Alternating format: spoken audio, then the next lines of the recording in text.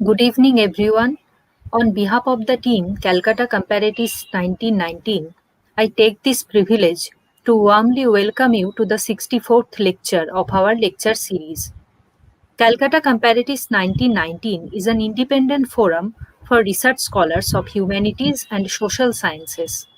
It carries the legacy of academic study of Indian languages and literatures envisioned by Sir Ashutosh Mukherjee and introduced in 1919 at the University of Calcutta. Later in 2005, a new department called Comparative Indian Languages and Literatures was established, which still continues to carry research in Indian languages. Calcutta Comparatives 1919 took inspiration from this history, and it is a platform for sharing research interests and ideas.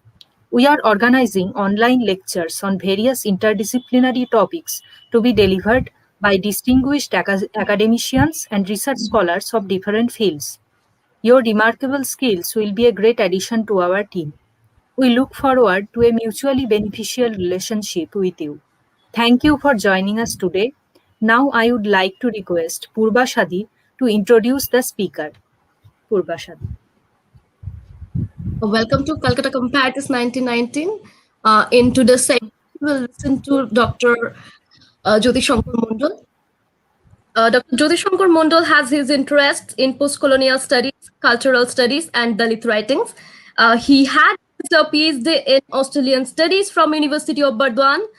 In his teaching career, he taught in TDB College, Raniganj, and at present he teaches in Sidho Kanho-Birsha University, Purulia.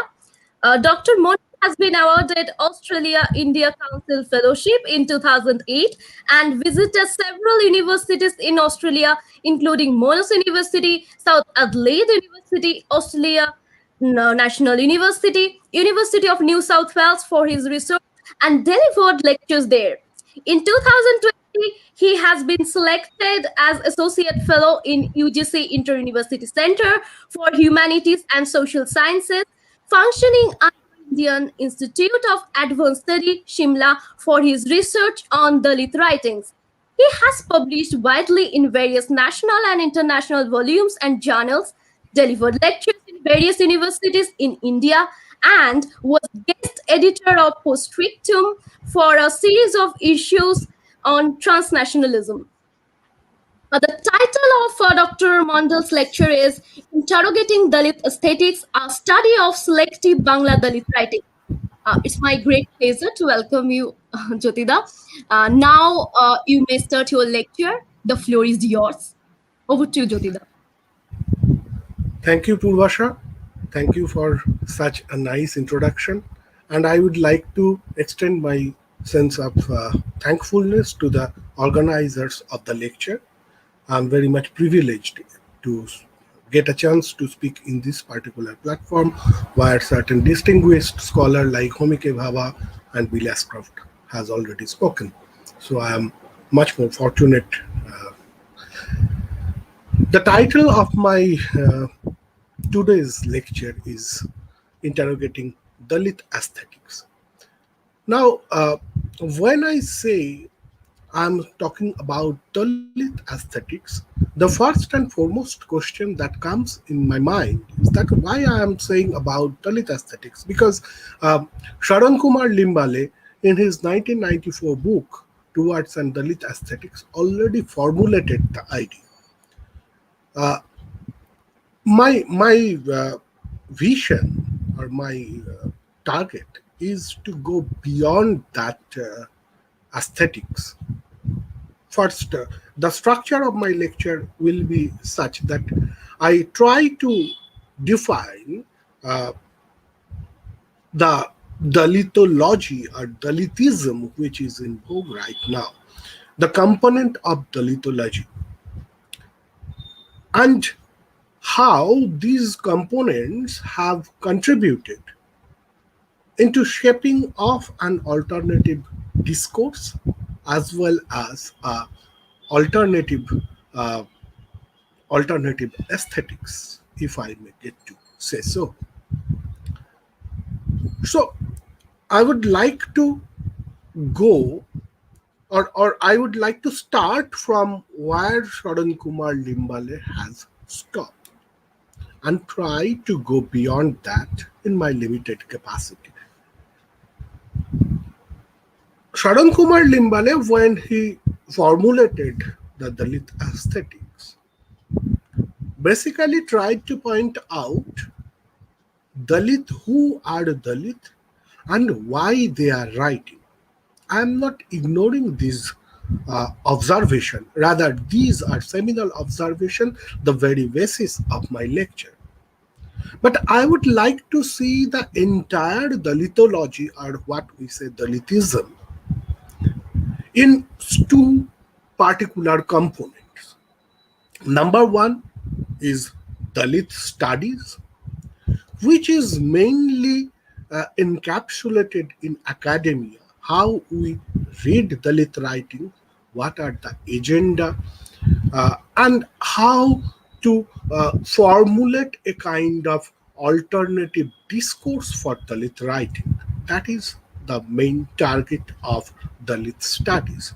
And when I'm saying alternative discourses, there comes the other pillar of Dalit studies, Dalit discourses, protorko, Dalit protorko.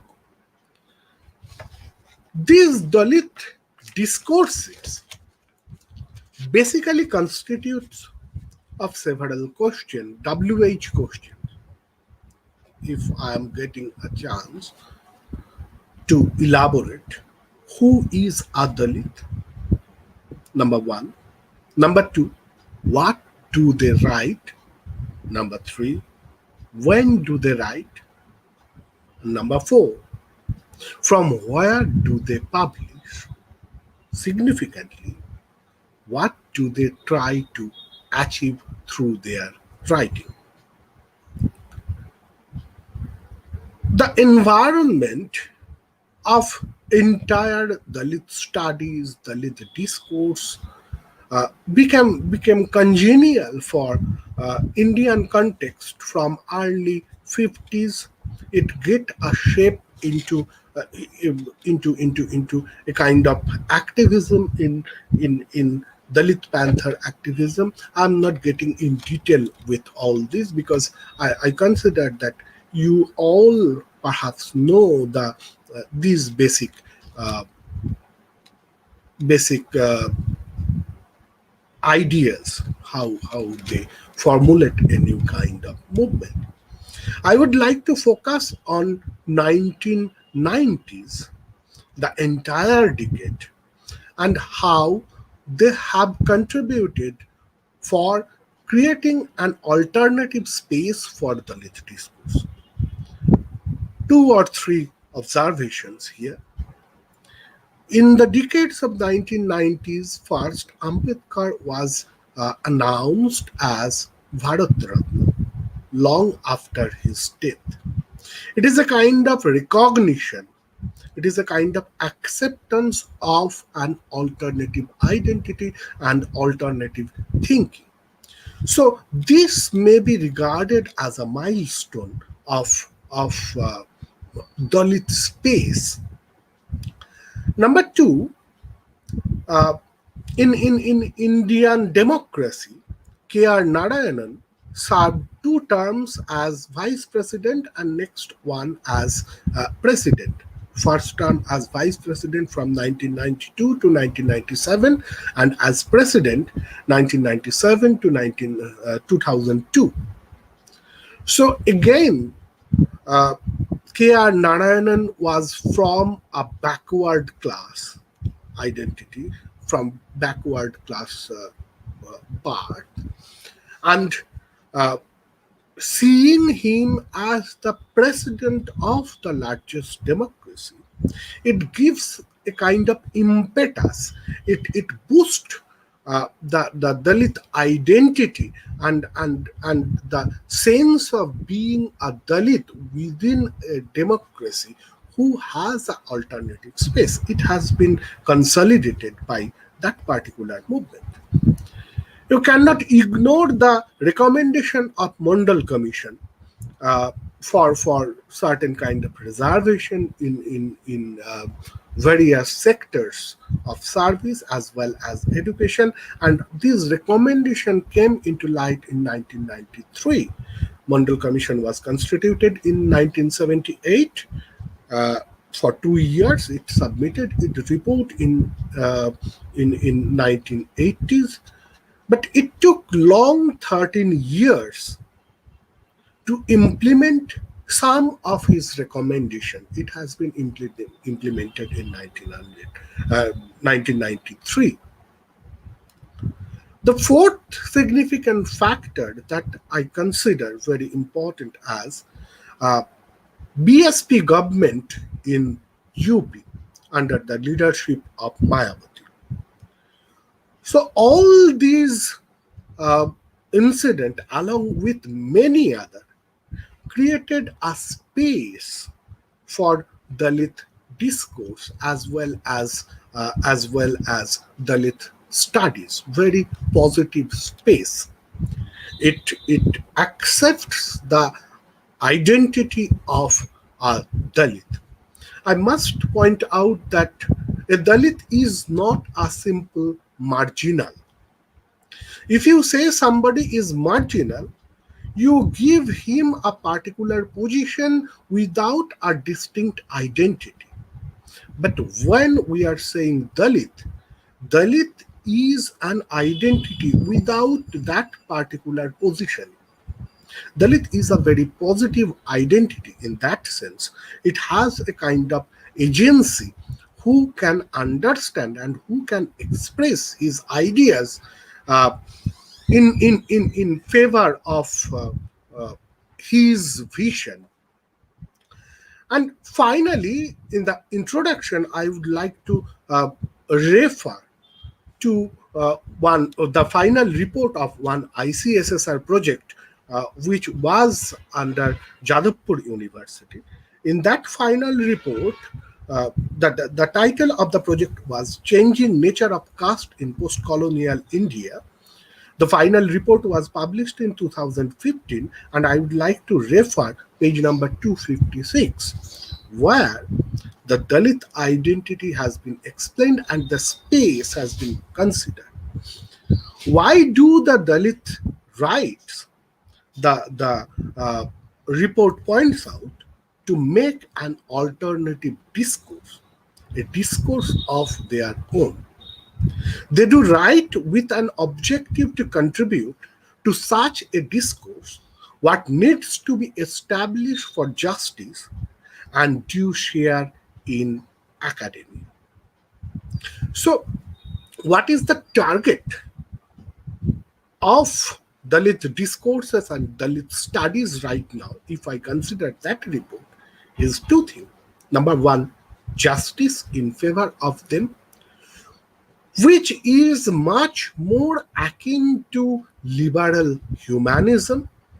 You cannot be distinguished for your birth. You will given equal opportunity. You will have equal share, though very much utopian perhaps. Yet it speaks for justice. I must point out here the social scenario is not actually the same. It is still very much oppressive one. The other aim, if I consider that report, is to share a significant portion in the academia. So it become a serious matter of study. And I consider that these two factors, Dalit studies as well as Dalit discourses, contributed significantly for the construction of Dalit aesthetics.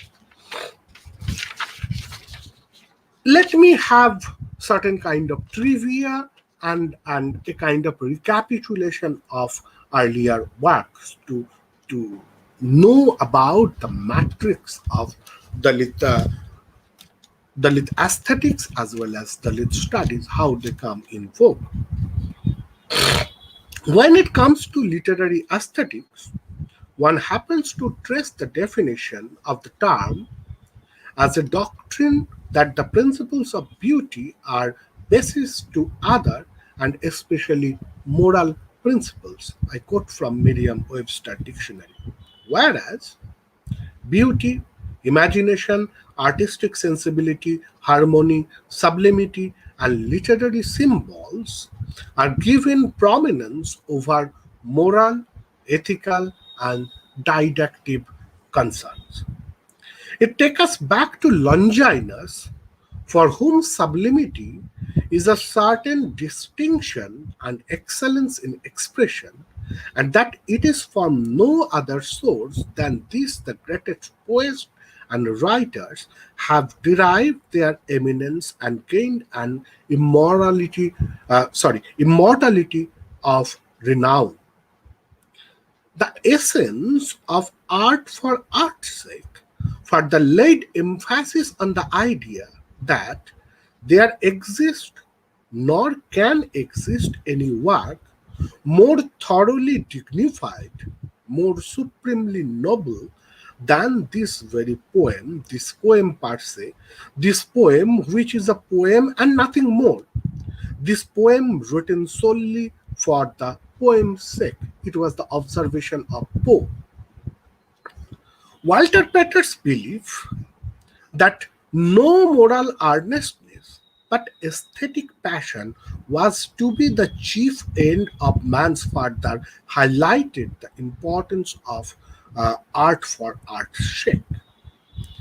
Disturbed with the undue focus on aesthetic beauty in literature,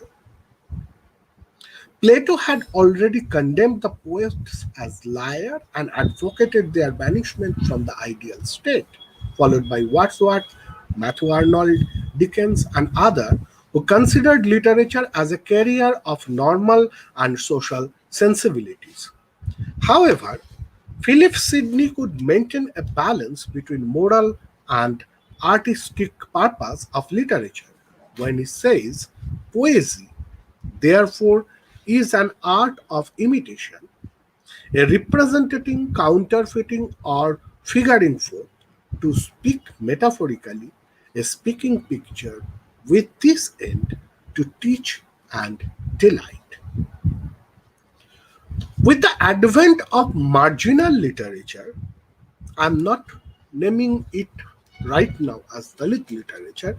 I'm pointing out marginal literature as it is a kind of worldwide phenomenon. If you consider African literature or if you consider Afro-American literature, all these along with the Dalit literature, all these I clubbed them as marginal literature. With the advent of marginal literatures, the entire debate regarding aestheticism in literature has taken a new turn. Now, the very concept of aestheticism is being defined differently because instead of form, symbol, and artistic features, what is considered crucial is the social sensibility and representing of the people belonging to the underprivileged communities who were earlier considered as unrepresented and voiceless. You will find a similarity here with post-colonial idea of writing back. Here, the questions of essential human dignity, representation, identity, subjecthood, existence, and survival remain more important than the idea of beauty, aesthetic, or otherwise. In case of Dalit literature, Sharat Chandra Muktibodh remarks that, I quote, human freedom is the inspiration behind it. The nature of this literature consists in a rebellion against the suppression and humiliation suffered by the Dalits in the past and even at present. It condemns the general perception that everything that is asocial is artistic because Dalit consciousness is guiding principle for the writers representing the plight of the untouchables, former untouchables. Dalit literature is marked by a wholesale rejection of tradition, the aesthetic, the language, the concerns of a Brahminical literature that carried within it the sign of the caste based social and cultural border as well as hierarchy.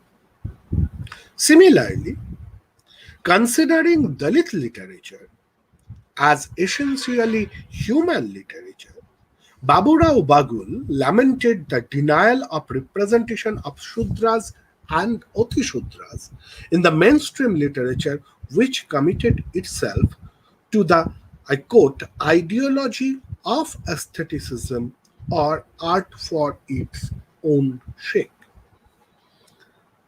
For him, Baburao Bagal, Dalit literature disowns the past tradition and makes the common man its hero and advocates socialism.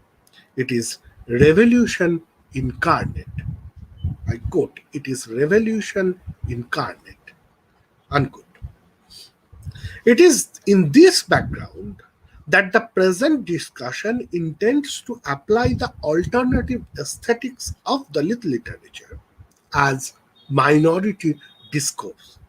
It is an attempt to explore as how, while writing back to mainstream literature, Dalit writing serves as a means of assertion and resistance. For Dalit writers, writing itself becomes a liberating process through which they could give vent to their suppressed voices.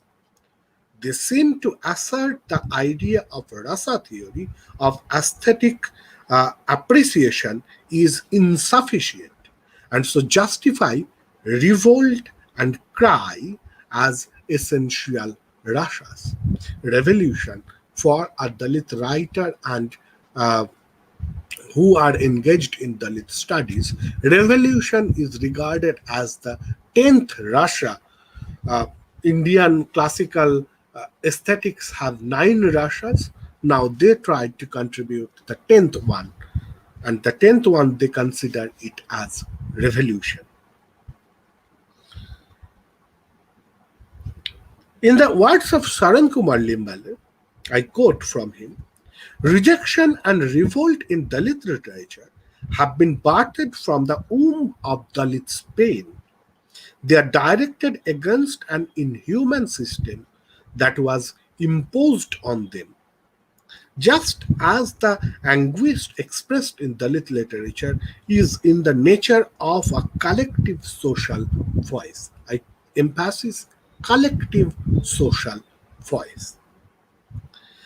They present a harrowing picture of Dalit exploitation, denying essential human dignity, identity, space, and representation to the people belonging to the lower caste in Indian caste system.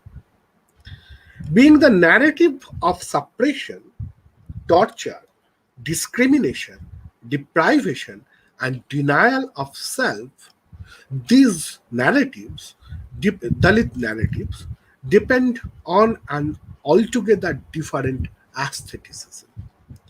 Besides being the stories of assertion and awakening, these are the unpleasant and unsavory account of the neglected being, where the essential meaning of beauty seems to be defined differently.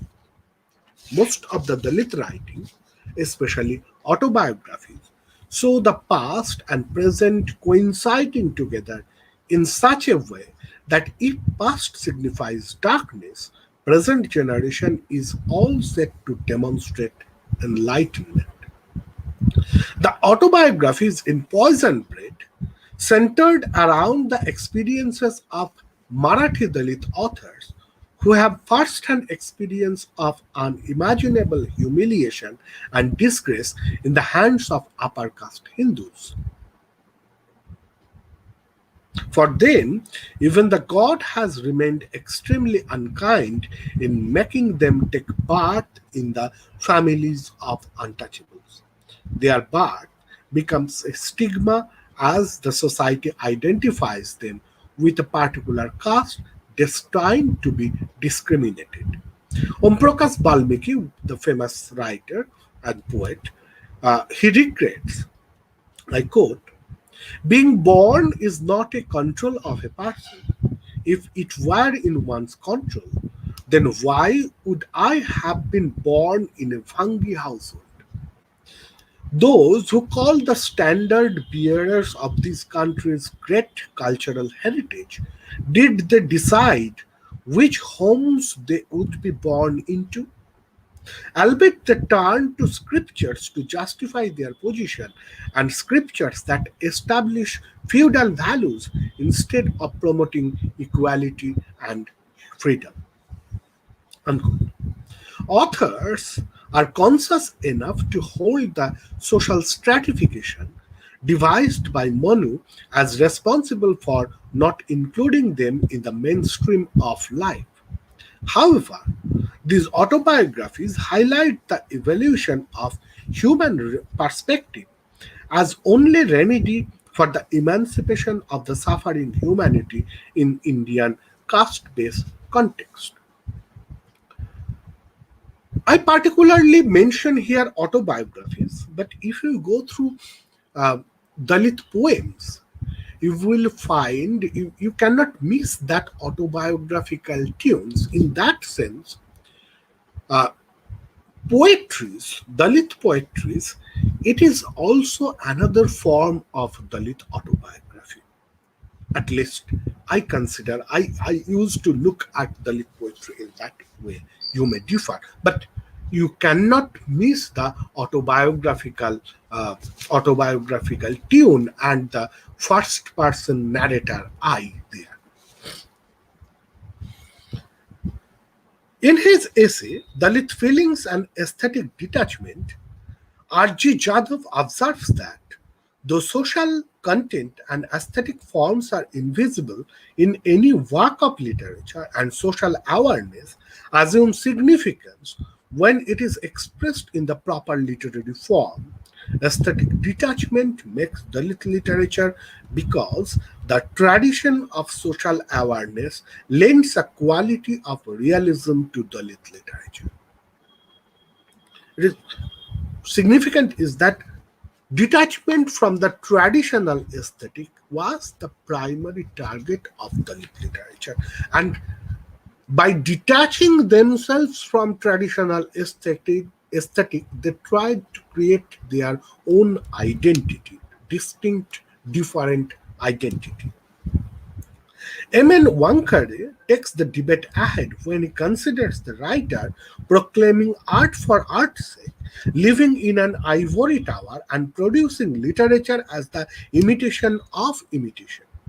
He finds that with the descending of Dalit writers, they secured the throne of mainstream writer is the secured throne of mainstream writer is second, and I quote, the more they saw their ideas of beauty and their aesthetic principle begin crumbling, the louder they cried art for art's sake, and declared that socially unconscious art is not art. I'm not going in detail with the movement how it has been started in Maharashtra and uh, what was their agenda, but I only name a few persons just for a kind of quick reminder.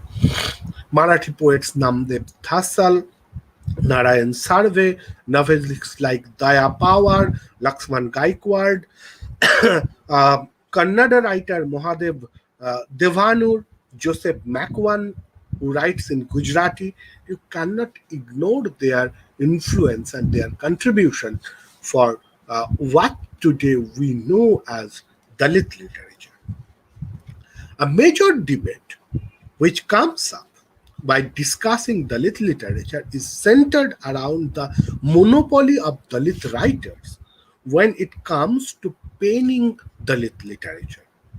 The Savarna critics like Kavi Anil and Vidyadhar Pundalik are of the opinion that Dalit literature can be written uh, by anyone who has a kind of uh, attachment, who has the power of imagination and feel the Dalit subject position. He can write Dalit. His writing can be regarded as Dalit writing. However, Limbale opines that it is impossible for a non-Dalit writer to write Dalit literature because, as this literature is the product of Dalit's pain, suffering, feeling of rebellion, aggression, as well as anger. A non-Dalit cannot possibly imagine of this and be able to write an authentic account of the Dalit. Another major debate which surrounds Dalit criticism is about the artistic standard of the or the artistic yardstick that must be employed to understand the literature. According to critics such as P.S. Rege and Balakrishnan Katwarkar, it is wrong of Dalit literature to demand separate criteria for aesthetic evaluation, as they feel that universal values cannot be refuted, and if the universal aesthetic principles are not being adhered to, then Dalit literature will lose a proper framework of evaluation. However, the Dalit school of critique, they consider they propose a different model. They advocate that every genre of literature is different from another, and hence a mechanistic critical tradition cannot be applied to literature across the world. Since Dalit literature is unique in its insistence of social upliftment and realistic portrayal of Dalit experience of pain and suffering, and as the voice in Dalit rebellion, as opposed to emphasis on beauty and pleasure, one must develop different artistic standard for evolution of such literature. Artistic craft does not assume an important place in Dalit literature, and the message forwarded by the text is given a higher position. Hence, artlessness can be considered as a virtue of Dalit literature, if I am permitted to say artlessness, thus necessitating the need of separate artistic creation, aesthetic creation rather. Uh, Among the literary reviewers and critics, it is already being a controversial question to fix what constitutes the literariness of a text. And Dalit studies and Dalit discourses offer a kind of alternative uh, aesthetic model in favor of their artistic creation. They significantly uh, refute the classical tradition of aesthetics as coined by Bharat Muni in his Natyashastra and several other texts. Uh, because the sense of being a Dalit makes them very different from the traditional caste based hierarchical Indian society. They rejected the mainstream literary tradition, the stories of kings and queens and priests, and glorification of their lives in favor of a more humanitarian cause, that is, to raise the voice of the marginalized class known as Dalit or untouchables. Getting impetus from Afro American and feminist literature, they have formulated their own literary rules. Gangadhar Patwani, a professor of Marathi, writes, I quote, to me, Dalit is not a caste. He is the man exploited by the social and economic tradition of this country. He does not believe in God, revered, soul. teachings of Holy Book, separatism, fate and heaven, because they have made him a slave. He does believe in humanism. Dalit is a symbol of change and revolution. Unquote. So, again, I would like to refer to Poison Bed. I'm just trying to prepare the ground for that alternative aesthetics. In Poison Bed, Arjun Dangle, the editor, point out points out Dalit literature is not simply a literature, but it is associated with a movement to bring about change. It represents the hopes and ambition of a new society and new people. Almost in the same line, Dr. B.C. Bharti claims the aim of Dalit literature is to protest against the established system, which is based on injustice, and to expose the evil and hypocrisy of higher caste. There is an urgent need to create a separate aesthetic for Dalit literature, an aesthetic based on the real experience of life. Then, in response to the question, what is Dalit literature and Dalit aesthetic, Saran Kumar Limbale finally comes and finally states that the aesthetics of Dalit literature rest on three things. First, the artist's social commitment. Second, life affirming values present in the artistic creation. And the third, the ability to raise the reader's consciousness of fundamental values of life like equality, freedom, justice, and fraternity. Sharan Kumar Limbale's Towards an Aesthetics of Dalit Literature, it has been finally a kind of verdict that comes. And when Limbale traces these social factors, social commitment of the artist, uh, the values they try to present through their writing, and their goal about upliftment of the reader of his own community.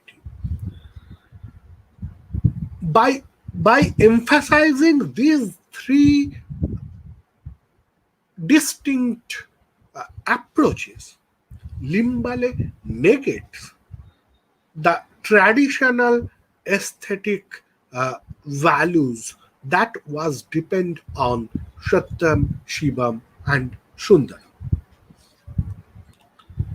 Dalit writers believe that their literature should be analyzed from a sociological and socio-political perspective, focused on social values rather than on only beauty. They have rejected mainstream formula of literary measurement and made their own rules of Satyam, Shivam, and Sundaram. In the words of Saran Kumar Limbale, human beings are first and foremost human. This is Satyam. Next, the liberation of human being is Shivam, and humanity of human being is Sundaram. So, entirely different interpretation of traditional Satyam, Shivam, and Sundaram, which has a kind of socio-political impetus behind it. So, the major component of Limbale's formulation was the artist creation, and the reader. Artist creation here is a kind of bond between the artist and his target reader, the man and the people of his community, as well as from other community who are experiencing the same fate.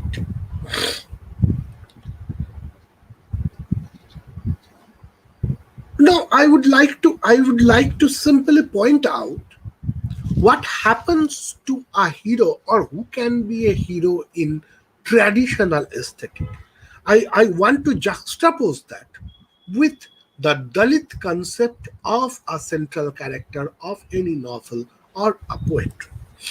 The traditional concept of hero does not suit a Dalit hero. It presents a common man as his hero and his odyssey for the sake of a more uh, equalitarian society.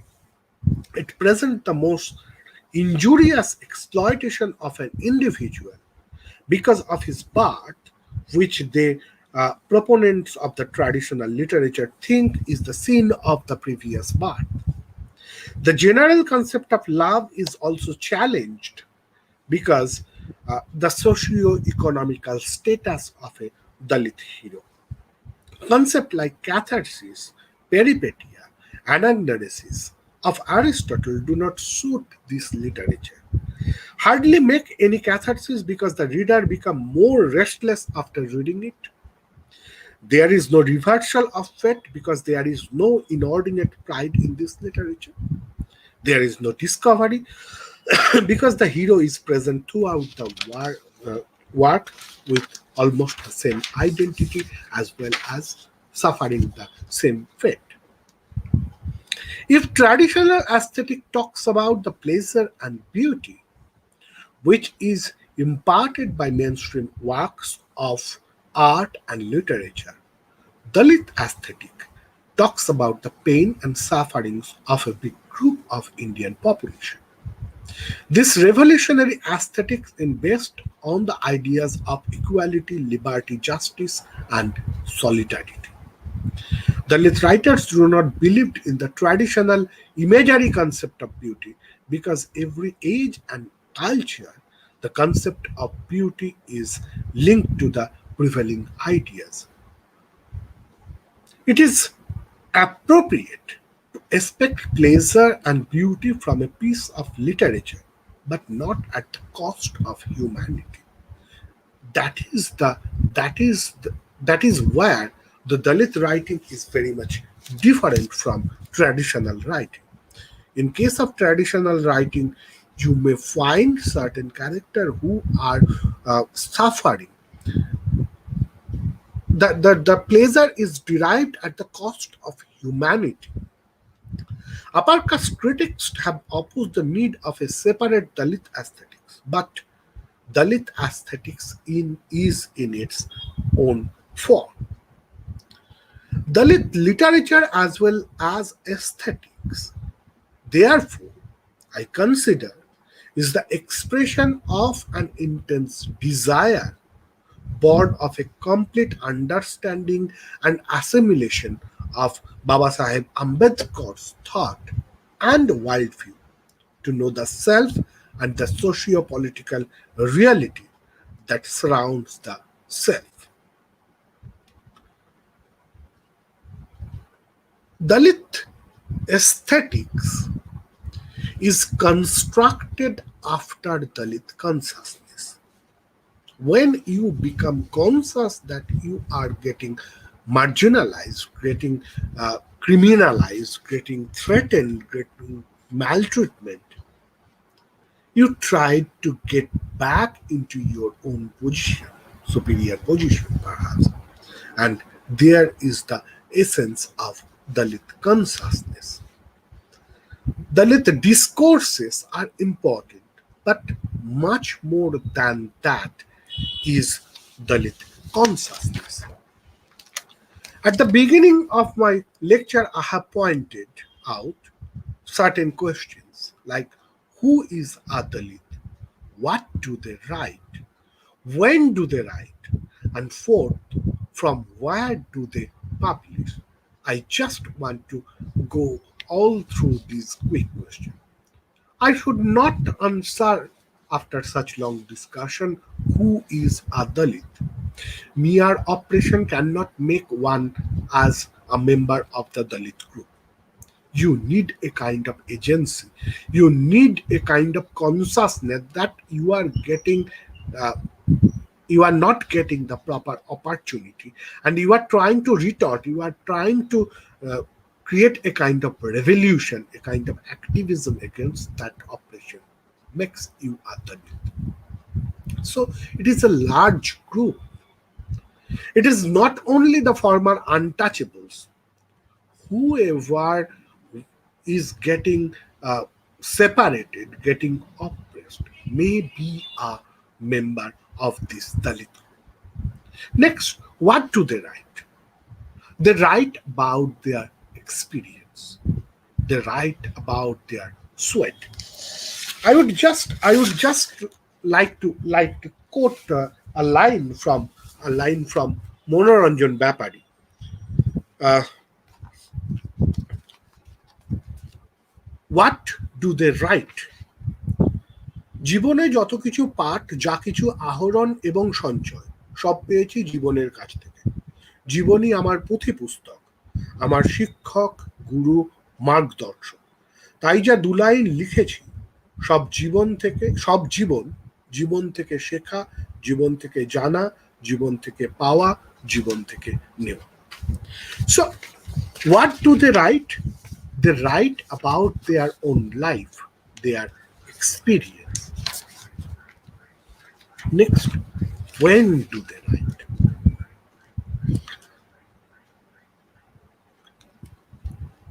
When do they write constitute a kind of paradox? And I'm trying to entering a much controversial area when I'm referring to a paradox. When a Dalit writer writes, at his initial career of writing and activism, he got no recognition, but simply voices his idea. After some kind of critical acclamation, and when he can establish his identity as a Dalit writer, there are big houses, corporate houses, who used to publish.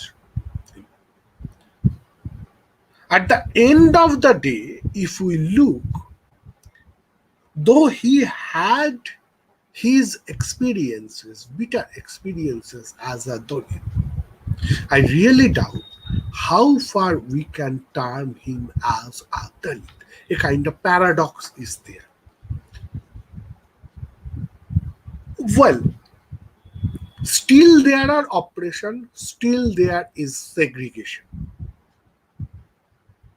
But somehow, an established Dalit writers becomes the member of the hierarchical caste-based hierarchical caste-based society. From where do they publish? I just referred. Say, for example, in the Bengal scenario, I'm referring an old book, Titas Ekti Nodir Naam, Advaita Mallabharma. In 1940s, it has been published in a magazine in form of a serialized. It has Mohammadi Patrika, which was not at all a frustrated one. Much later, in the 80s, it has been came as a book and get its critical acclamation. So, from where do they publish is a very intriguing question.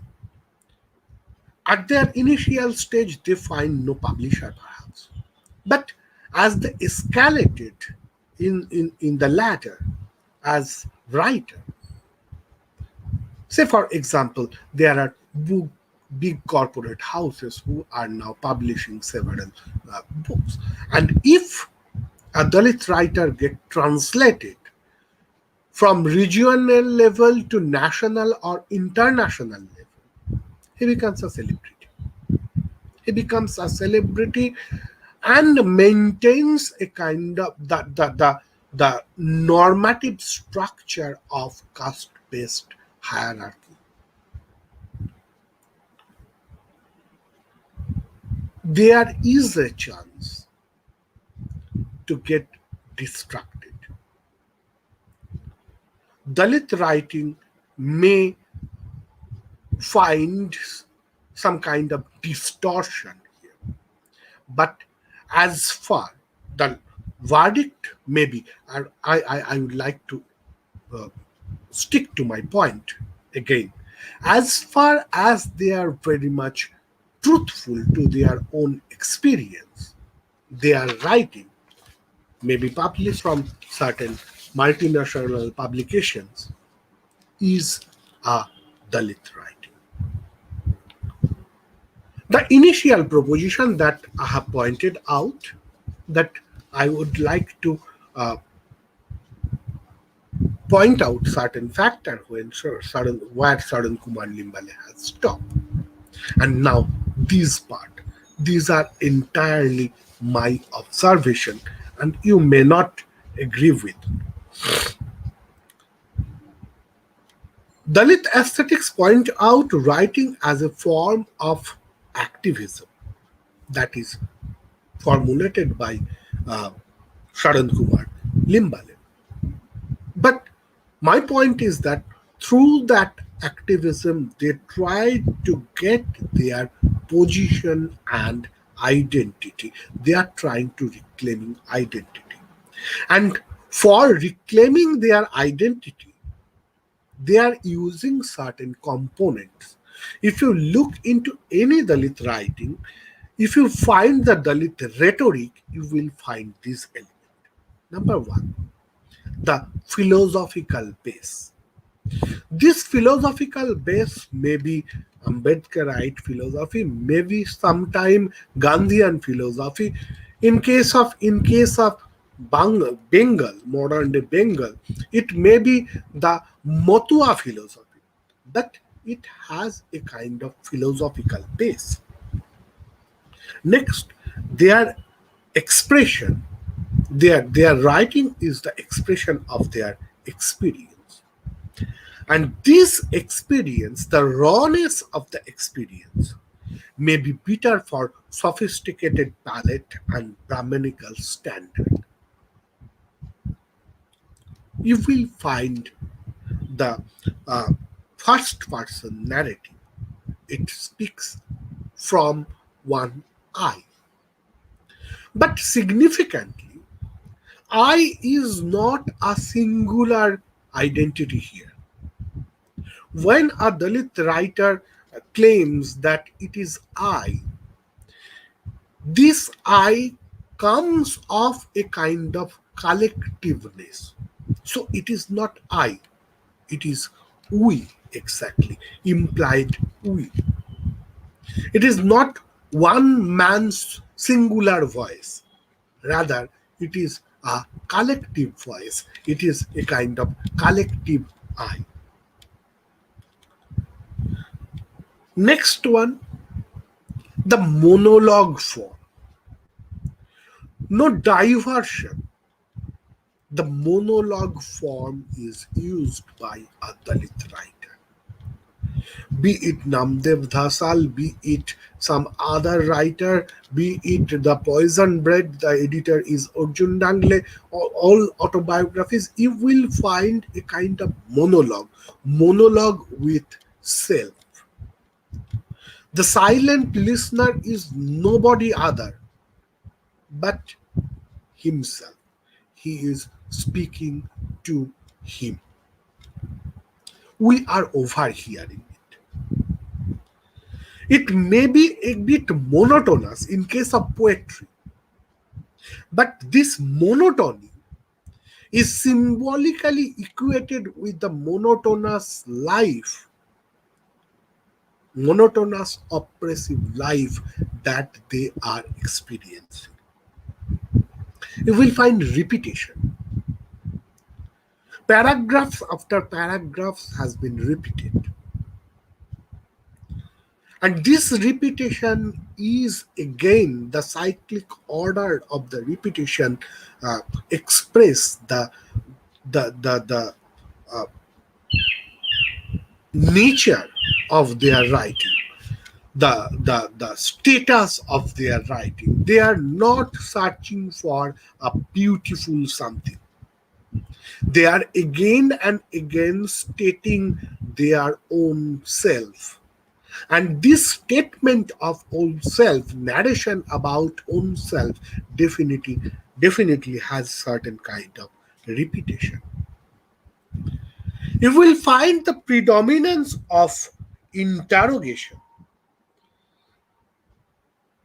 predominance of interrogation, pages after pages filled with question mark, because they have so many questions to ask for their reader, for the injustice that they have suffered. They are just seeking their justice, and by seeking their justice, they resort to interrogation. Most cunningly, in some places, Dalit aesthetic is constituted of a kind of articulative silence. You will find gaps in between two incidents. It is not a case of devised novel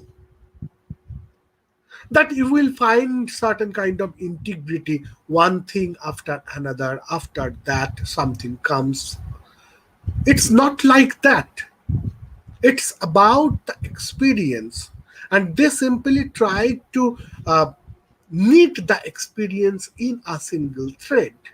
So there may be significant pause, significant silence. But this silence is also very much articulating. And through that silence, they have voiced against their oppression. It is a kind of muted protest, but you will find no voice through the expression. And what they tried to achieve, they tried to achieve a kind of humanitarian goal. I'm almost at the end of my lecture. I have pointed out that my lecture will be a study of selective Bangla writing. Uh, I would focus on the Bengal scenario rather. If you consider the Bengal scenario, the first allegation that is leveled to any Bangalis is that perhaps 5 or 10 years ago, uh, that there is no Dalit literature in Bangla. Though almost 10 years ago, there are several volumes on Dalit literature, certain kind of historiographical historiographical works also there, kind of cataloging was going on. Yet the charge was leveled to us that there is no uh, Bangla literature, Bangla Dalit literature in here. And that's the same idea has been expressed by Meenakshi Mukherjee in his 2007 introduction of Monoranjan Bapari and his article, "Is there any Dalit writing in Bangla?" She pointed out that Bangla literature and widely circulated periodical had never made her aware that any such category existed in Bangla. You may successfully remember the critical responses that we get over social media when Bangla Dalit Academy was established a few months ago.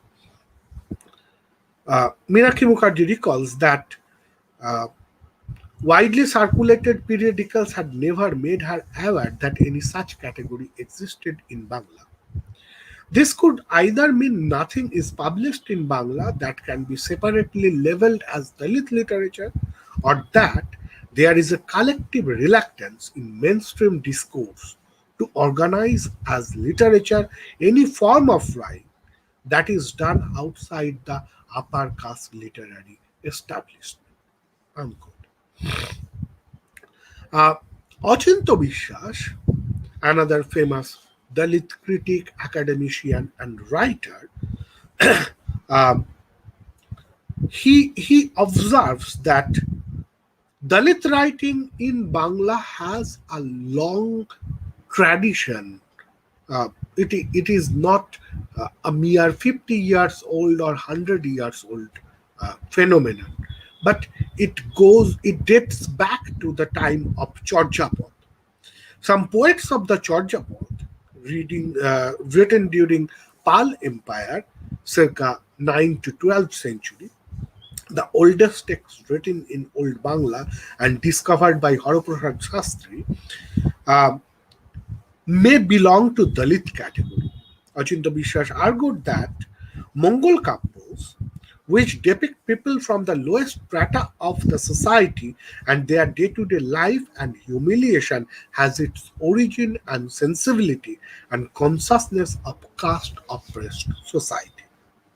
To Biswas, Koivarto revolution in 11th century during Pal dynasty and Nathpanthi movement much before that 8th to 10th century, which was a part of Bhakti movement, may be seen as a protest against hegemonical Brahminical society and caste oppression in Bengal.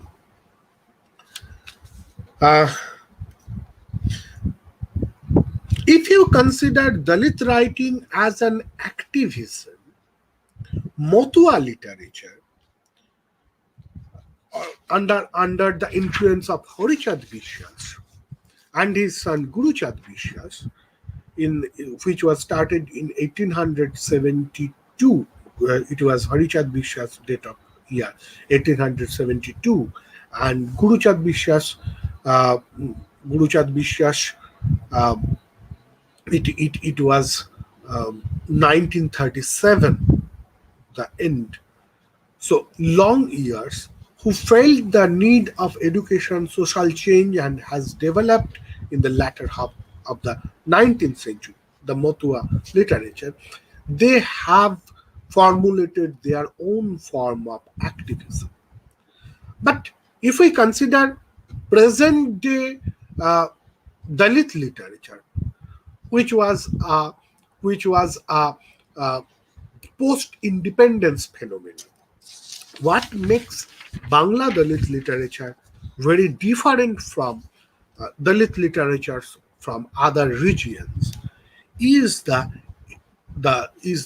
partition of Bengal, the experience of the partition, and the experience of hardship after the partition, the rootlessness. It was not only the attack was not only from the perspective of Brahminical, hegemonical, hierarchical caste-based society, but they have to defend against another socio-political phenomenon, that is partition. And this particular partition experience give Bangla Dalit writing a complete different shape, which is much more towards liberal humanism. Still, various provinces in India, various regional literatures of India, they are simply tussling, simply jostling with their caste-based identity and how they are oppressed by the caste system.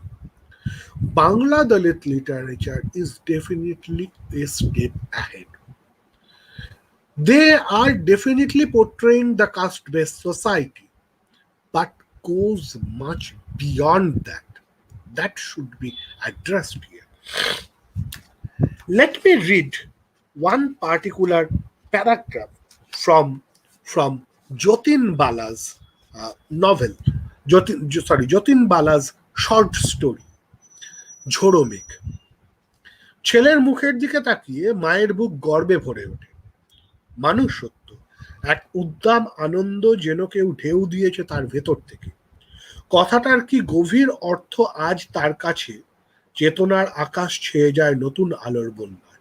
সত্যি তো, আমাদের দৌলতে দেশ বেঁচে আছে। জন্ম থেকে মৃত্যু অবধি আমাদের মানুষ রুটি যোগায়। খাটবার বেলায় যারা প্রথম, জীবনে তাদের স্থান সবার পেছনে। মা আর ভাবতে পারে না, কঠিনতর ভাবনায় যেন নুয়ে যায়। This is the old generation. What happens in the new generation? How they are taking their identity and their social position. Mukunda নিচু হয়ে মায়ের হাতখানি ধরে একটু জোরে ঝাঁকানি দিয়ে নিজের হৃৎপিণ্ড নাড়িয়ে বলে, কি যে সাংঘাতিক সব ঘটনা ধারাবাহিক ঘটে চলেছে। এদেশে লজ্জার কুৎসিত ব্যাপার না। যদি জানতে সব, যদি বুঝতে, তাহলে বুঝতে পারতে আমাদের আন্দোলনটা, আমাদের সত্যটা হলো মানুষ, যার জাত নেই, বর্ণ নেই। সে মানুষ দেখতে কি উজ্জ্বল সত্য, তারার মতো আলো ছড়িয়ে দিচ্ছে বিশ্ব। So, human being who is not merely chained with his caste identity, but human being who is the part of humanity as he is a human is the essence. তারার মতো আলো ছড়িয়ে দিচ্ছে বিশ্বময়। One single identity, one single identity as man, and it gives a kind of glory which is filling the universe right now. So towards this much liberal humanism, and this should be incorporated within the corpus of the Dalit aesthetic, traditional Dalit aesthetic as formulated by Sharan Kumar Limbale. My point is that Dalit literature has not stopped with certain Marathi literature or certain Kannada literature, and cannot the aesthetic formulation cannot be stopped over there. There should be something new as literature is gradually progressing. There should be new components, and they should be considered under the rubrics of Dalit aesthetics. That's my concern. Thank you very much, dear organizers, and here I rest my case. Thank you, sir. Thank you for such wonderful presentation. I think to sum up your entire presentation, the point we wanted to make here is like the main aim of the literature is to protest against the established system, and which is based on injustice, and to expose the evil and hypocrisy of the higher caste. And that's why the prominent Dalit writers think that there's an urgent need to create a separate aesthetics for the literature, and aesthetics which should be based on the real experiences of life. And from that thing, I was just trying to make a point here that Sharan Kumar Limbale in his aesthetics of Dalit literature made a few points about the Dalit aesthetic or the formation of Dalit aesthetics. Yes, it is initially draws it. I mean, the Dalit aesthetic draws its inspiration from Ambedkarite philosophy. We all know that, but Limbale sets up three primary rule for Dalit aesthetic, which is like that Dalit aesthetics will be like we talk about the artist social commitment, and in Dalit literature there will be some life affirming values will be present. And the another thing is the Limbale pointed out that Dalit literature should create a consciousness among the readers about the fundamental values of life, like equality, freedom, and justice, and things. So my question is here that do you think these three rules, which is said by Limbale in his initial days, is still valid in the context of the Dalit literature? I mean, it's present the Dalit literature we are doing, and also like since you were talking about the partition and the Bengali Dalit literature and impact of partition in the formation of Dalit literature in Bengal, do you think these points which was set up by Limbale is still relevant in the formation or the practicing the creation of Dalit aesthetics, whatever I mean we are talking about here? Do you think these are relevant? I mean, this has relevance in till then? Sure, Okay. sure. The first question first. Uh, well, Limbale's formulation has a definite ground. Those three factors: the artist commitment, the reader, and the upliftment of reader. These things are even true for today. These, when you are writing or reading today's uh, Dalit literature, or you are very much within the framework of Dalit studies and Dalit discourses, you cannot ignore it. These are the stepping stones, and they are so wide that everything can be encapsulated within that. But you need to go beyond that, because literature during last 30 years, Charan Kumar Limbale's book has been published in 1994, and today we are in 2021, almost 30 years.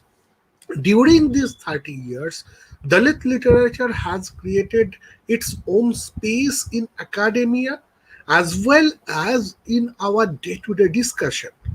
Those Dalit literature and Dalit identity is used as an alternative discourse. My point is that this discourse is not refuting Sharan Kumar Limbale's observation, but there are more things to be included to get the fullest interpretation of the discourse. I have tried to point out some of the rhetorics, Dalit rhetorics, that should be incorporated, I consider at least, that should be incorporated within the rubrics of Dalit aesthetics. But I am not anywhere refuting Limbale's claim and Limbale's formulation. I am simply using Limbale's formulation and trying to walk a step further in my limited capacity for interpreting the literature. This is number one. Number two, the Bengal scenario, Bengal context. The partition, experience of partition, and the mass exodus from Bangladesh to India. The reverse is also true.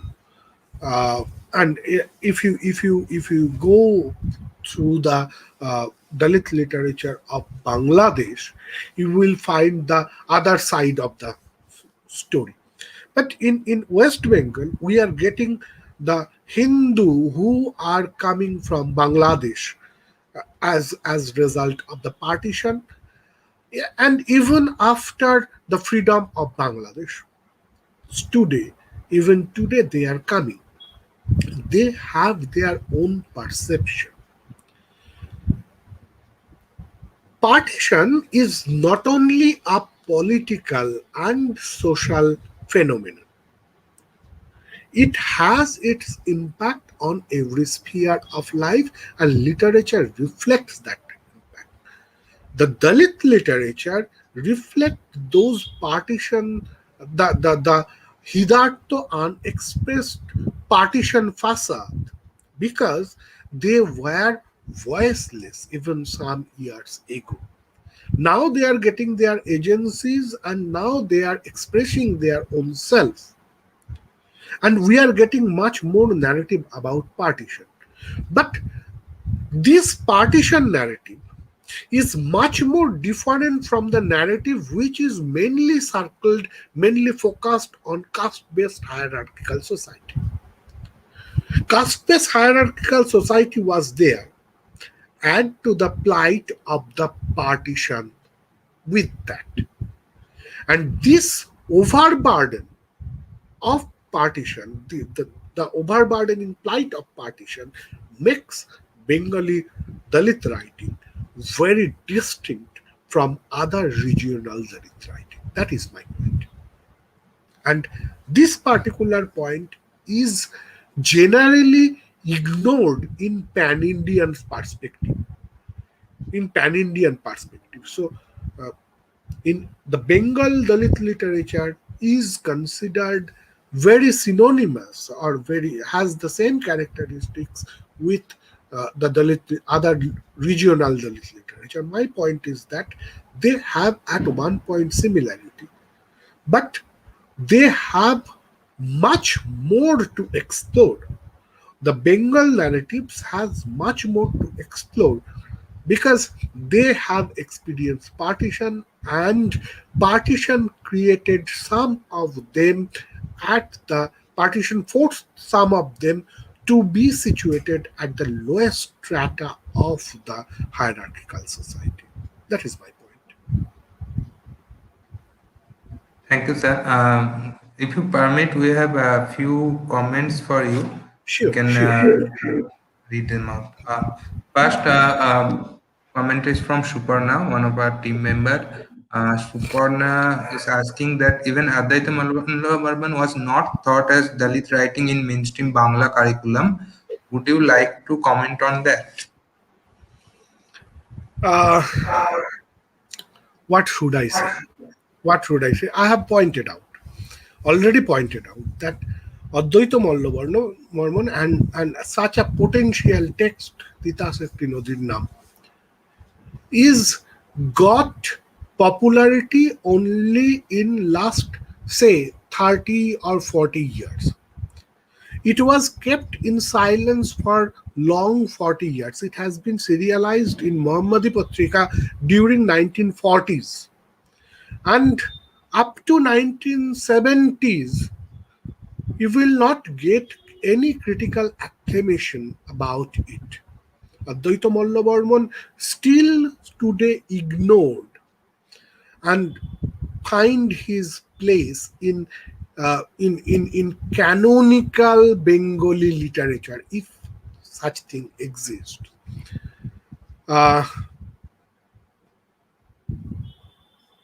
There may lies the answer. In mainstream Bangla curriculum, Advaita Varman is thoroughly ignored, and when we are considering Advaita Varman as Dalit, who has a kind of Dalit identity, and his novel as a Dalit novel,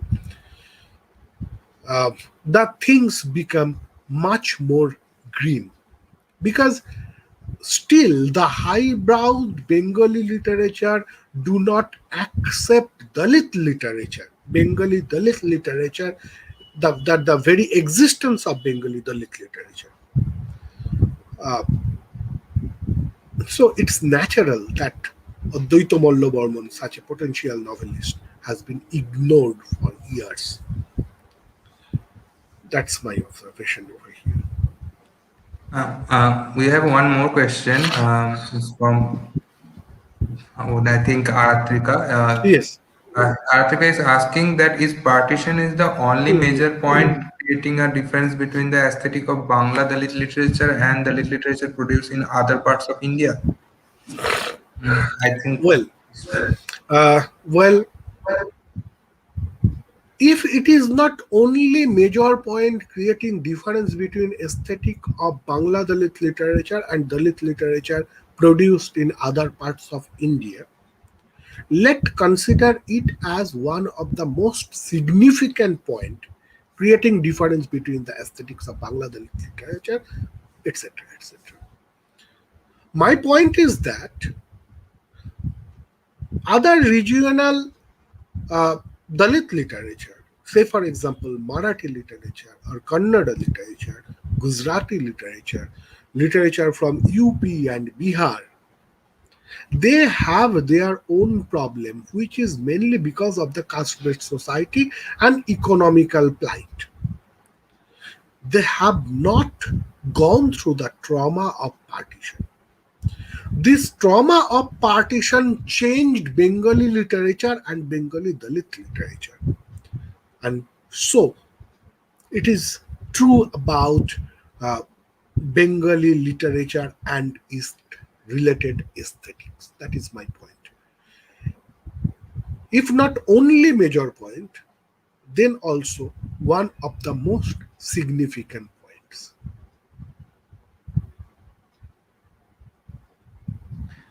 Thank you, sir. We don't have any more questions for today. I think we have many more comments here. Just I'm seeing so that. I'm seeing yes, yes, yes. We have Raju Dash also.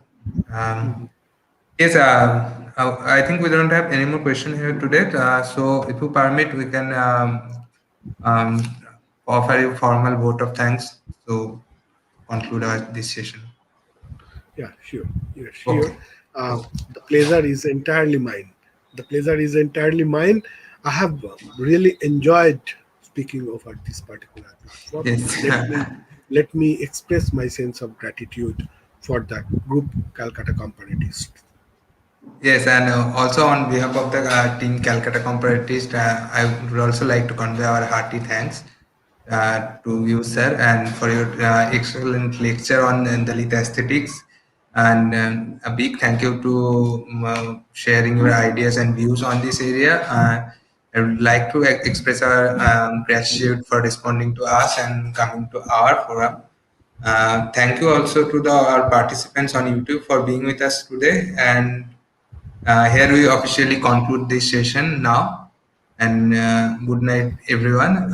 So we are concluding this session here. Thank you. Good night.